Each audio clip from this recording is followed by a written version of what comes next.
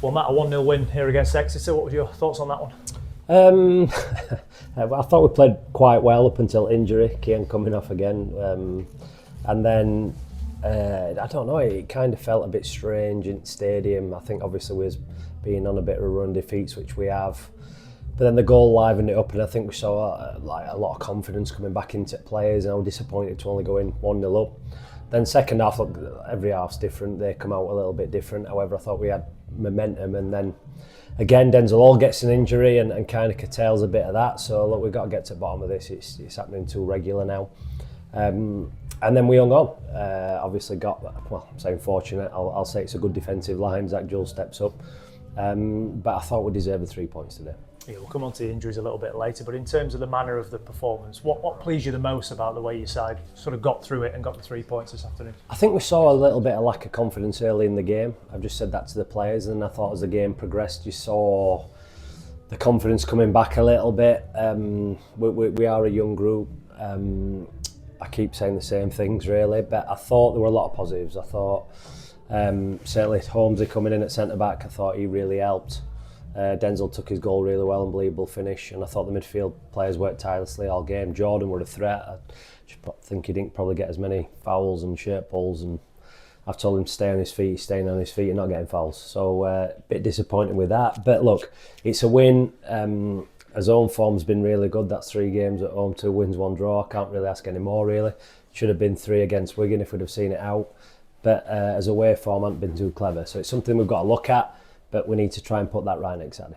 Yeah, given the way that game ended against Wigan a fortnight ago, does that make this one even more pleasing, the way that you did dig in and got the 3 points? I just think that I've said all along there's going to be ups and downs all along the season. So look, there'll be games where we score in the last minute and equalise or win, and vice versa. But I just think for the group, getting the 1-0 victory and not conceding late on is very, very important. I think it's 6 games unbeaten here at the New York since you took over. How important is it, given that you've had your troubles on the road? It seems like it follows the Millers around a little bit over in recent years, doesn't it? But to make this place a fortress must be top of the agenda. 100%, yeah. I want fans to have something to cheer about. We've said all along, I were as disappointed as anybody last week, and you probably saw that in my interview with yourselves after game.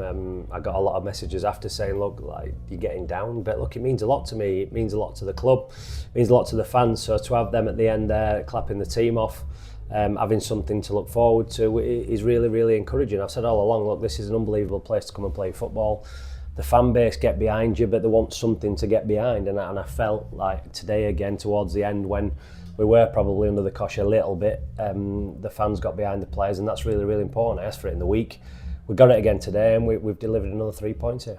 Saw a slight switch in shape to a back 4. Why was today the right time to just make that little tweak? It were a 3 and a 4. We've been trying to do it all kind of through pre-season and the start of this season. Look, I've said all along, look, people get kind of caught up with formations and shapes and etc, etc. So look, like we built as a 4, we built as a 3. We'll do vice versa. We need a bit of fluidity. I've spoken the week about having players who can play in different positions. However, we'll see the extent of these injuries and try and put out a team that can kind of whatever shape that looks like.